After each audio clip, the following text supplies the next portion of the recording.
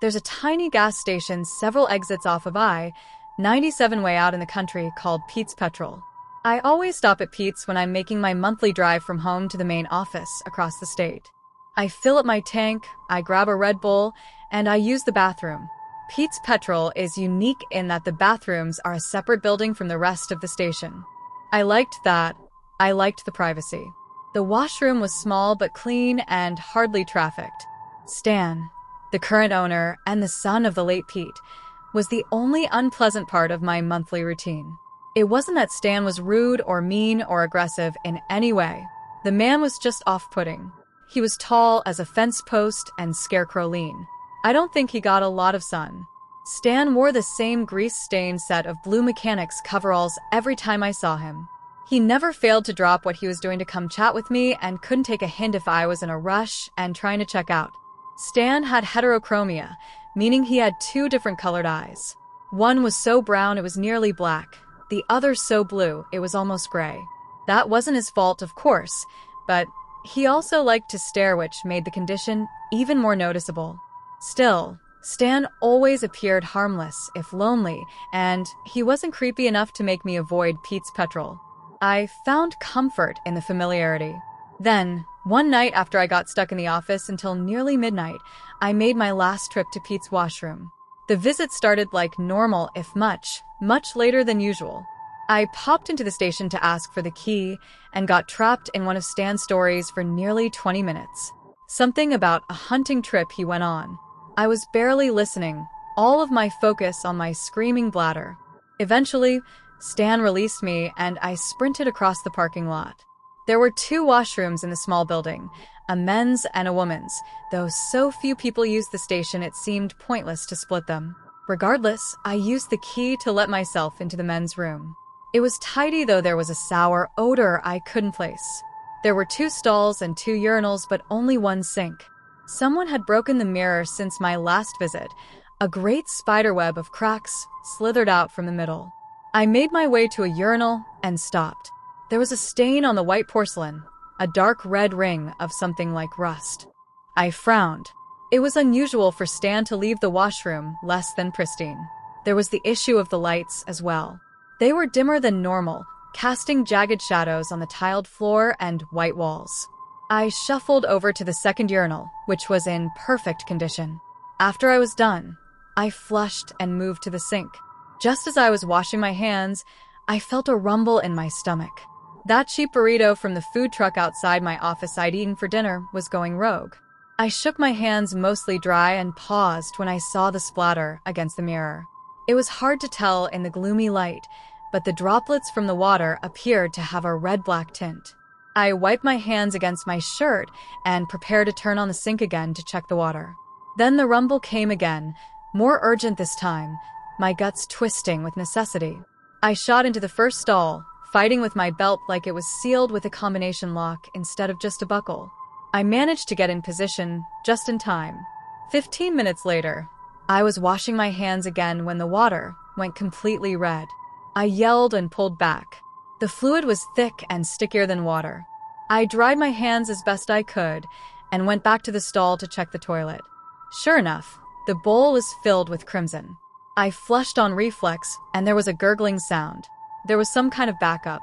I'd seen it happen before at Pete's. The place was so remote that it wasn't hooked up to any municipal wastewater. The station and its washroom had to be on a well and septic system. Those were static and had a tendency to get overwhelmed easily. I watched the red water swirl down the toilet. When the bowl began to refill, I screamed. The water was still red, but now it was full of bits and pieces of flesh and bone and muscle. I recognized a full human finger first, then, even worse, an eyeball. I threw up and then backed out of the stall. The parking lot seemed so much larger and emptier as I ran for my car. For a terrible stretch of seconds, I couldn't find my keys. They were in my pocket right where I left them, though, so in a moment I was in the car and then peeling out of the parking lot. The last thing I saw of Pete's Petrol was Stan watching from the window with a confused look on his face. I'm pretty sure I held my breath until I was a mile from the station. I was just starting to relax when I glanced in my rearview mirror and saw a tow truck rapidly approaching. Within a few seconds, Stan's face came into view as he hunched over the wheel, snarling. He was chasing me. I felt my whole body go cold. There was something very wrong with the washrooms at Pete's Petrol, and Stan probably wanted to keep that secret. I slammed my foot to the gas. The tow truck behind me was old, but powerful. We went on a nightmare chase down the highway for the better part of an hour. At some points, Stan grew so close in my rear view that I could see the madness in his mismatched eyes and the way his lips were back away from his teeth. I tried calling the police several times, but had no reception at all out in the sticks. An hour after leaving the station, I finally began encountering the traffic around Annapolis. Even that early in the morning, there were cars on the road, lights, and even some cops. I finally made contact with 911 and told them that I was being chased. Stan and I both slowed down the closer we got to the city.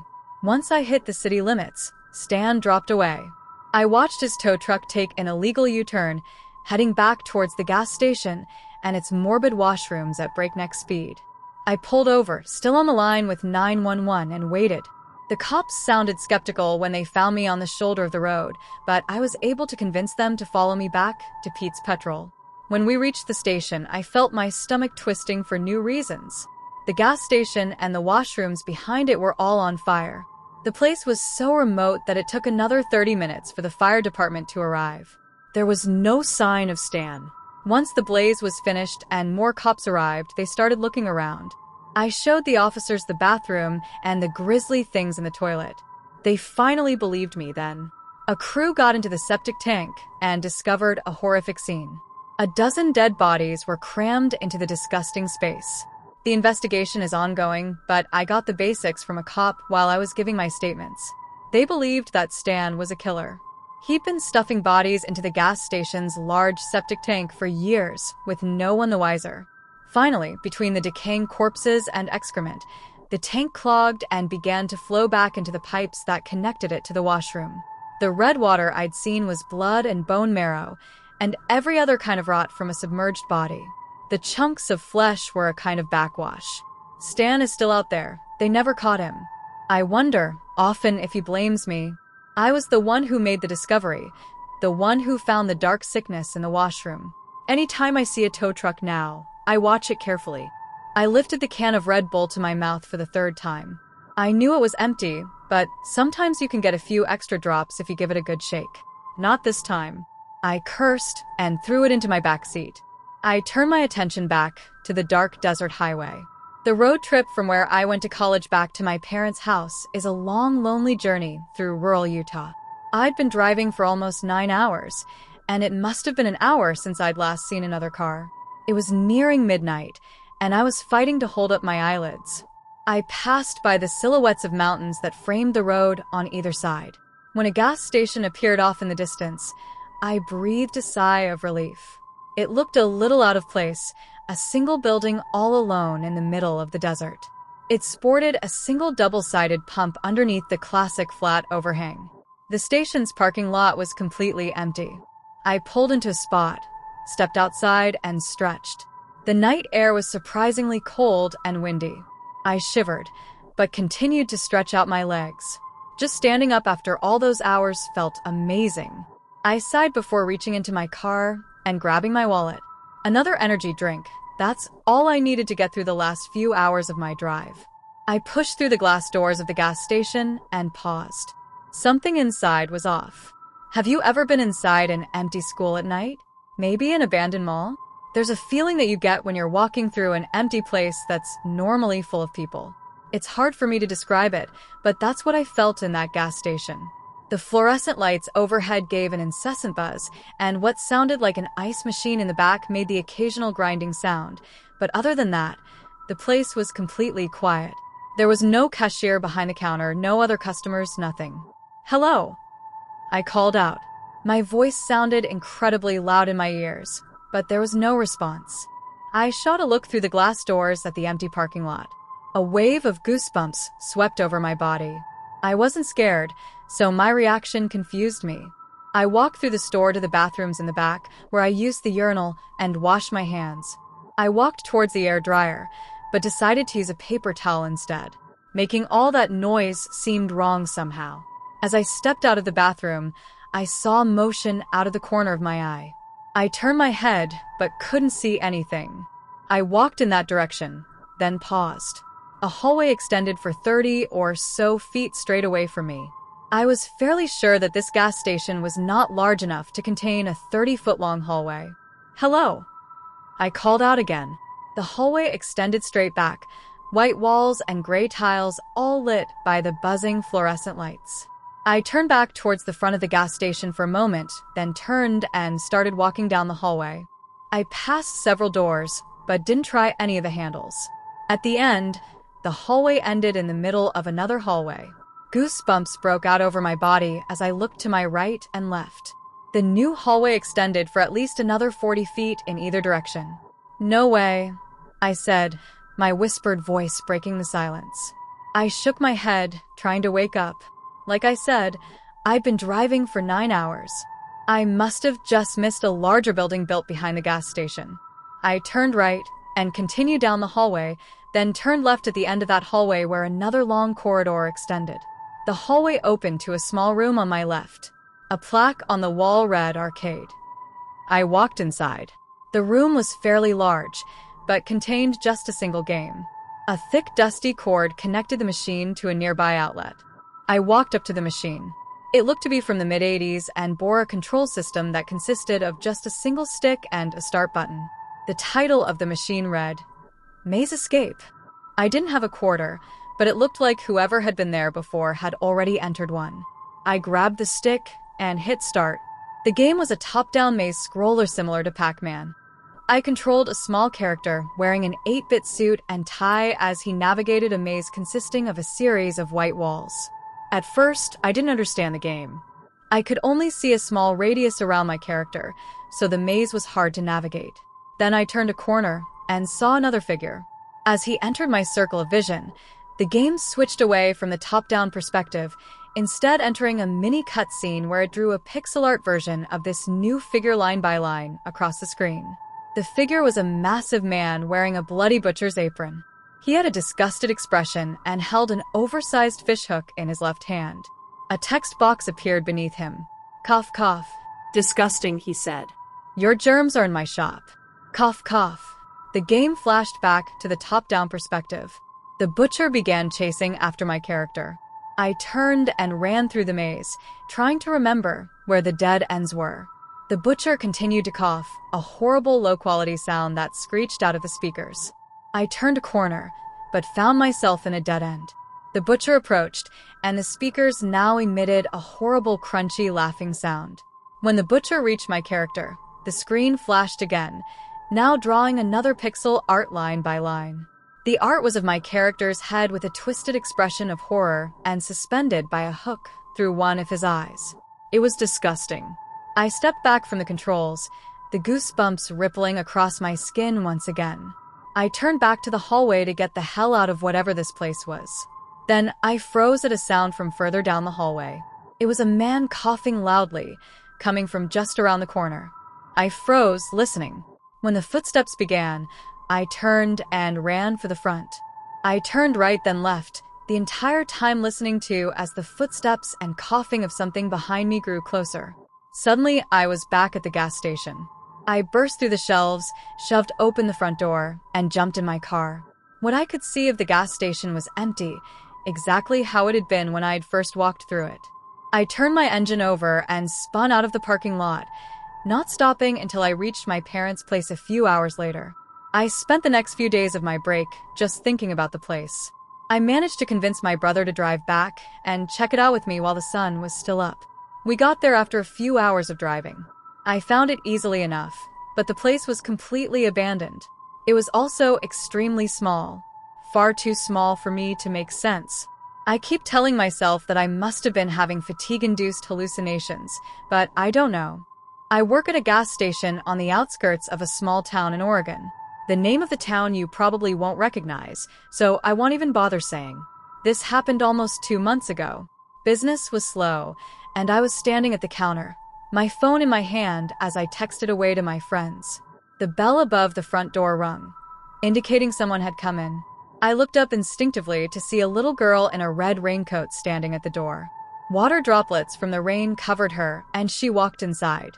She looked around as if she had never been in a gas station before and proceeded down one of the aisles. My phone dinged, and I pucked it up, chuckling at the message I had just been sent. When I looked up, I flinched. The girl stood right in front of me, a bag of candy on the counter. "That'll be $3.90, I said, smiling down at her. She handed me a note and a few coins, and I slid her candy over to her. "What is that?" she spoke, pointing to the tattoo on my arm. "It's my name in Japanese," I told her, showed her my wrist, and she blinked, looking from my ink and then back at me. "Danielle," she said. I froze. How did she know my name?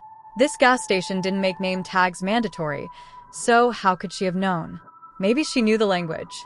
And then it hit me. Why was she here so late?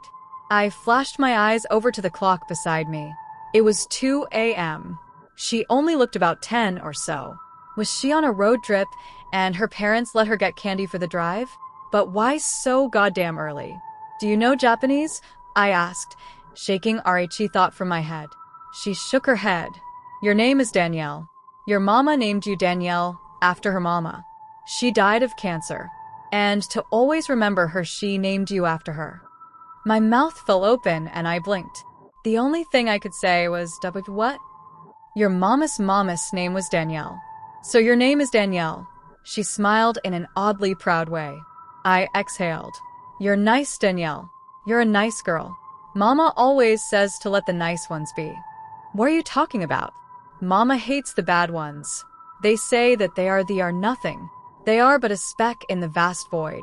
Mama takes the bad ones. She takes their eyes and keeps them in jars. She says the bad ones don't matter, and that the bad ones are half of this planet. She says that she's going to take all of them, but she doesn't have enough jars." I paused, my hands falling to my sides. What on earth was going on? I didn't know what to say. It was almost 3 a.m., and I was talking to a 10-year-old who knew my name and why I had it about taking people's eyes. Maybe it was the lack of sleep or the one too many monsters I had drunk just to stay awake. But this felt all too real and all too creepy. "Can I ask you a question?" the little girl asked. I nodded. "Tom." "You are with a man named Tom." I nodded, not even shocked that she knew the name of my boyfriend. "Why are you with Tom?" she asked. "He is one of the bad ones. You are nice, Danielle. You are good. Why are you with him?" I wasn't about to explain the details of my relationship to a creepy little girl at 2 a.m. in the morning. So instead I breathed. "Why?" The girl cocked her head to the side. "Mama said to never answer questions of why. She says that there are no such thing as answers. You can make up words and satisfy curiosity, but answers are best left buried. Tom is a bad man, Danielle, and you are in a lot of pain. You know that already, but you won't leave him." Again, I found myself unable to speak. Who are you?" I stood back. How could she know these things about me? It was like she was reading my fucking mind. I shook my head, breathing deeply. "Who are you?" I demanded. The raised volume of my voice didn't seem to faze the girl, and she just blinked. "I want to tell you something. I want you to know. Mama can't know, though. She'd hurt me. She'd hurt you. But I need to tell you, because the ones who carry the most pain can handle it." I looked at her. "What?" "The stars. The sky. The planets. This big rock. The sea. The animals. Your species. Are not real. You are not living. You are trapped cells in a sea of chaos. She watches you hate and kill and grow and learn. She kills the bad ones. She kills the ones who become aware of this all. She lets the good ones live. But your existence means nothing. This isn't real. You are not breathing or thinking or seeing. I am not here. You are not here. You are someplace else. Trapped and afraid." Her words took a long time to sink in. Even now, I can't understand what on earth she was talking about. But I felt so alone and isolated. Like her presence wasn't there. Like I was being talked to by a wall. It was dark around me, but the lights were still on. But all sound was dormant. And I had never felt so alone like I did that night. And then I realized. The girl's eyes were a ghostly white. I hadn't properly taken in what her eyes looked like. She looked blind. A car pulled up from outside the gas station, a black sedan shielded by darkness. The girl smiled once again, grabbing her candy and walking out the door before getting into the car. It drove off down the street at an abnormally fast speed. I can't stop thinking about the last thing she had said. It made no sense, but to part of me it did. Whoever or whatever she was, she wasn't human. Alright, I'm not even sure how I should start this, but here we go. I work at a 24-hour gas station. Honestly, I'm not even sure why we're open all the time. The gas station sits right off a hardly busy road. The only average visitors are truckers, locals in need of milk at midnight for some fucking reason, and people visiting that lose their way or have car troubles. I know. I shouldn't be the one complaining about some poor bastard who has to ask for help in a creepy gas station, but after a while it just becomes troublesome. Somehow, everyone loses their way on that road, and somehow they always seem to run out of gas just in time to darken my doorstep. If you haven't guessed by now, I work the night shift, which means I get to deal with all of the creatures that go bump in the night. When I first started working, strange things only happened every now and then. Someone would walk in completely drenched from head to toe, but talking and acting like nothing was wrong. The first few times I pointed it out, even asked them if they needed help or a place to warm up, but that was a mistake. They would just stare blankly at me, almost like a character on a TV show when the camera leaves the room. After making eye contact with me, they would continue as if nothing happened, like I never said anything. Eventually, I realized that it's pointless to try and address any strangeness that occurs at night in the small building. It became more of an inconvenience than anything. I'd ask them what was going on. They'd stare at me lifelessly. Then we'd continue on. After a few weeks, I got really good at not caring what the fuck came into the station. Honestly, it was more shocking when someone acting perfectly normal came in. The longer I spent working there, the less said people occurred. Suddenly, my nights were filled with stranger and stranger people. Someone doused in kerosene coming in to buy a pack of Marlboro Lights. A person missing half their arm, whose blood miraculously disappeared upon their leaving. Hell, sometimes the things that entered didn't even seem human. They look perfectly normal, but with small imperfections.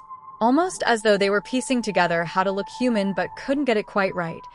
Thumbs facing the wrong way, the whites of their eyes a greenish hue instead of white.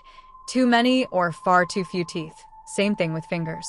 Despite their unnerving and uncanny appearance, they behaved just like the others, acting as though everything was the most average thing in the world. It was just longer after that when things started to take a toll on me. Suddenly the things, or people if you could call them that, seemed violent. Not towards me, of course. Weirdly enough, it seemed like nothing that entered ever even disliked me. They actually seemed to be friendly. It was when the more humanish ones started coming covered in blood, buying only a pack of gum and leaving, that I became nervous.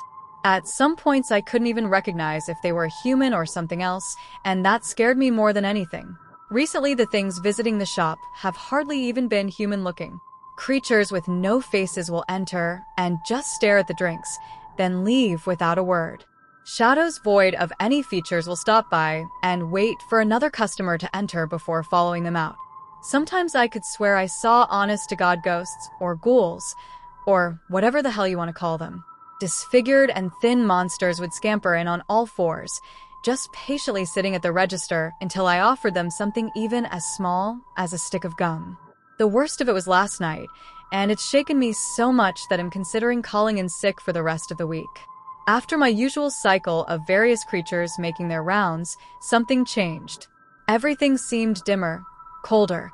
The air was thick with the smell of rain and wind. Then it entered. So tall it almost had to crouch inside the building, shadowy and ashen. It spoke to me unlike all the others. It was real. It wasn't pretending everything is normal. It knew me, and it knew I knew it. I was considering fleeing. This presence wasn't as common to me, and I felt completely out of control of whatever was happening. It must have noticed because it opened its mouth, inky black tar in the shape of teeth dripping down. There's lots to come, but you'll be safe. Worry not about what happens outside. We care for you. As it started to leave, crouching down to fit through the door, its raspy voice echoed back, "Count the crows. Open your doors to us, but do not follow us out of them." What the fuck do I do? Ever since that night, I've been having such vivid nightmares. When I fall asleep, I'm suddenly back at work, yet I wake up in my bed. Everywhere I go, I see crows. Am I just noticing them more now? Are they hurting people? Do I have a moral obligation to step in? Could I just sit back while these creatures terrorize others, while I just sit in the safety of the gas station? Do I go back to work? I've never even met the owners. I have no one to ask or talk to about this.